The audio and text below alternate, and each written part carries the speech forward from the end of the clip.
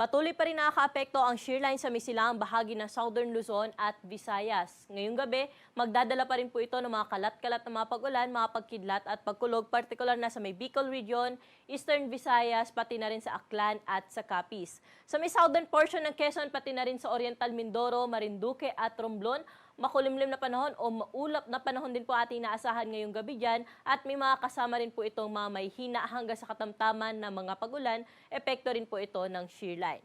Sa bahagi naman ng Northern Luzon, amihan pa rin yung nakakaapekto kaya sa bahagi ng Cagayan Valley, pati na rin sa Aurora, sa nalalabing bahagi pa ng Quezon at sa Cordillera Administrative Region, maulap na kalangitan din nating naasahan ngayong gabi at may kasama naman po itong may hina mga pagulan. Dito sa Metro Manila, pati na rin sa nalalabing bahagi pa ng Luzon, generally maaliwalas po yung ating panahon at may mga chance lamang po na ma-isolated na may hinang mga pag-ulan o mga pag-ambon. Sa bahagi naman ng Visayas o sa nalalabing bahagi ng Visayas at ng Mindanao, ngayong hapon hanggang mamayang gabi, may mga chance po tayo na ma-isolated na mga pag-ulan, dala ito ng mga localized thunderstorm. Wala tayong minomonitor ngayon na low pressure area o bagyo na posible makaapekto sa ating bansa in the next 3 to 5 days.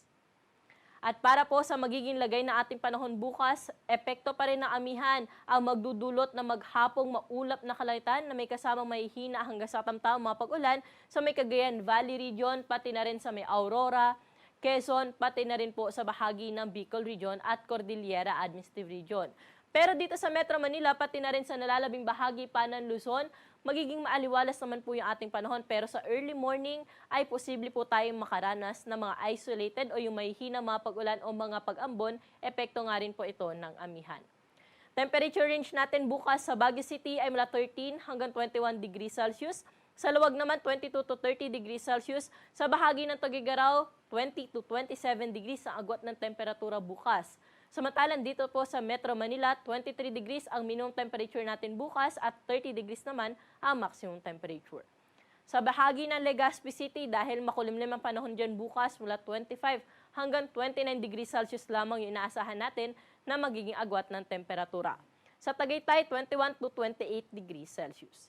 Dumako naman po tayo sa may Puerto Princesa City na kung saan 25 hanggang 32 degrees ang agwat ng temperatura bukas, pero sa Kalayaan Islands, maglalaro sa 25 to 31 degrees Celsius ang agwat ng temperatura. Dumako naman po tayo sa kalagayan ng panahon bukas sa bahagi ng Visayas at Mindanao, partikular na dito sa may Eastern Visayas, Caraga, Davao Region. Inaasahan kasi natin na bababa ang epekto ng shearline, kaya maghapong maulap na kalangitan po ating naasahan sa mga nabanggit na lugar at may mga kalat-kalat po yan ng mga pag-ulan, mga pagkidlat at pagkulog. Pinag-iingat po natin yung ating mga kababayan dahil last week nakaranas nga po sila ng mga pag-ulan, posibleng saturated pa rin po ang mga kalupaan natin, partikular na sa may Caraga at Davao Region. Kaya yung mga pag-ulan na inaasahan po natin bukas at sa mga susunod na araw ay posible po itong magdulot ng mga pagbaha at mga pagguho ng lupa. Kaya doble ingat at paghahanda po ang ating paalala sa ating mga kababayan, lalo na yung mga nakatira sa mga low-lying areas at sa bulubunduking lugar. Sa nalalabing bahagi naman po ng Visayas or sa Central at sa Western Visayas, generally fair weather condition po yung ating naasahan, ngunit may mga thunderstorms sa hapon at sa gabi. Ganon din sa nalalabing bahagi pa ng Mindanao na kung saan generally maaliwalas din po ang panahon sa umaga hanggang tanghali, pero mataas din po ang chance ng mga thunderstorm sa hapon at sa gabi. Sa Tacloban, Metro Cebu at Iloilo City, 25 to 31 degrees ang agwat ng temperatura bukas. Samantalang sa bahagi ng Cagayan de Oro, 23 to 30 degrees Celsius ang agwat ng temperatura. Sa Metro Davao, 24 to 30 degrees naman ang inaasahan natin magiging agwat ng temperatura. Samantalang sa Legazpi City, may kainitan sa 33 degrees na maximum temperature. Para naman po sa ating gale warning, nakataas pa rin po yung ating gale warning sa may baybay na Ilocos Norte, Ilocos Sur, Aurora, pati na rin sa may Northern Quezon, kasama po ang Northern at Eastern Coast ng Polillo Island, Northern Coast ng Camarines Norte, Northern at Eastern Coast ng Catanduanes, Northern Samar at Eastern Samar, pati na rin sa may Kalayaan Islands ay may nakataas po tayong gale warning. Kapag may gale warning po tayo, hindi natin pinapayagang pumalaot yung ating mga kababayang mangs. Dapat tinarin yung may maliit na sasakyang pandagat dahil sa inaasahan po nating malalaki at matataas na mga pag-alon, posibleng umabot yan sa 4.5 meters na wave height. At para naman po sa ating 3-day weather outlook dito sa Metro Manila, over the weekend hanggang Lunes po ay wala tayong inaasahan ng malawakang mga pag-ulan. So generally, magiging maaliwalas yung ating panahon lalo na sa umaga hanggang tanghali. Pero may mga posibilidad lamang po tayo na ma-isolated na mga pag-ulan o mga pag-ambon, lalo na po ito sa madaling araw o sa umaga. Sa bahagi ng Baguio City, magpapatuloy yung malamig na panahon na naranasan dyan over the weekend. At kung mapapansin nga po natin, 14 degrees yung inaasahan po natin na minimum temperature sa umaga at 21 hanggang 22 degrees naman yung inaasahan natin magiging temperatura sa bandang tanghali o sa bandang hapon. Sa Baguio City, pagdating po ng Lunes, posibleng makulimlim ang panahon dyan na may kasama pong mahihina hanggang sa katamtaman ng mga pag-ulan, dala rin ito ng amihan. Sa bahagi naman ng Legazpi for the next 3 days, dahil nga bababa yung epekto ng shear line, ay generally maaliwalas po ang panahon na inaasahan natin sa bahagi ng Legazpi City for the next 3 days. Agwat ng temperatura ay mula 24 hanggang 31 degrees Celsius.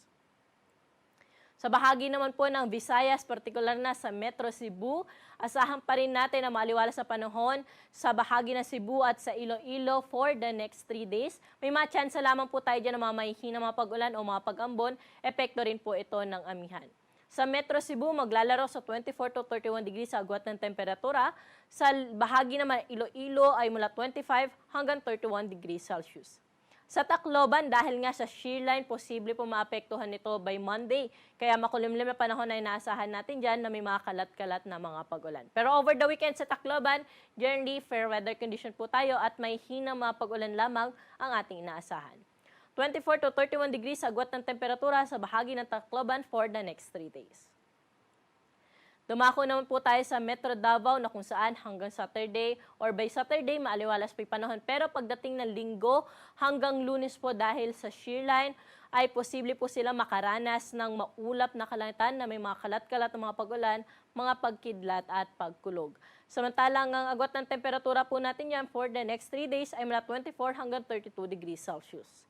Sa bahagi ng Cagayan de Oro over the weekend, maaliwalas pa yung panahon. Pero pagdating ng Lunes, magiging makulimlim na rin o maulap na rin ang kalangitan sa may Cagayan de Oro dahil na rin po ito sa epekto ng shear line.